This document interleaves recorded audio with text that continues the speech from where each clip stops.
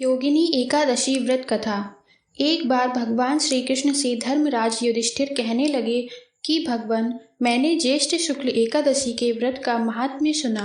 अब कृपया आषाढ़ कृष्ण एकादशी की कथा सुनाइए। इसका नाम क्या है, महात्म्य क्या है, यह भी बताइए। श्री कृष्ण कहने लगे कि हे राजन, आषाढ़ कृष्ण एकादशी का नाम योगिनी है।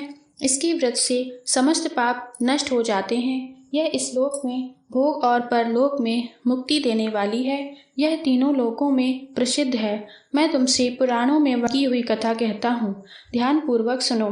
स्वर्गधाम की अलकापुरी नामक नगरी में कुबेर नाम का एक राजा रहता था। वह शिव भक्त था और प्रतिदिन शिव की पूजा किया करता था। हेम नाम का एक माली पूजन के लिए उसके यहाँ फूल लाया करता था। हेम की विशालाक्षी नाम की सुंदर स्त्री थी। एक दिन वह मानसरोवर से पुष्प तो ले आया, लेकिन कामासक्त होने के कारण वह अपनी स्त्री से हास्य विनोद तथा रमण करने लगा। इधर राजा उसकी दोपहर तक राह देखता रहा। अंत में राजा कुबेर ने सेवकों को आज्ञा दी कि तुम लोग जाकर माली के न आने का कारण पता करो, क्योंकि वह अभी तक पुष्प लेकर नहीं आया।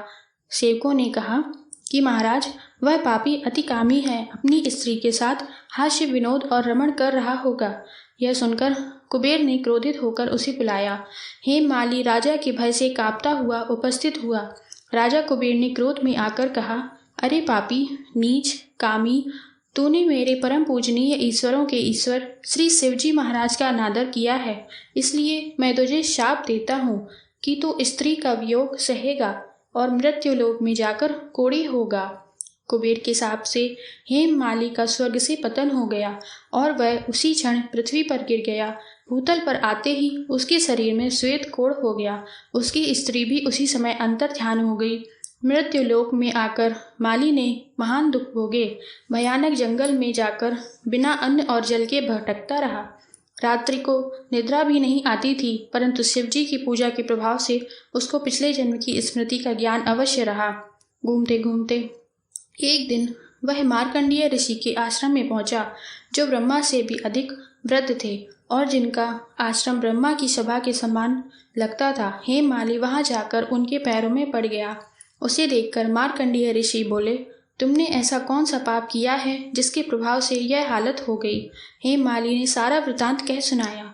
यह सुनकर ऋषि बोले, निश्चित ही तूने मेरे सम्मुख सत्य वचन कहे हैं, इसलिए तेरे उद्धार के लिए मैं एक व्रत बताता हूँ। यदि तू आषाढ़ मास के कृष्ण पक्ष की योगिनी नामक एकादशी का विधि पूर्वक व्रत करेगा तो तेरे सब पाप नष्ट हो जाएंगे।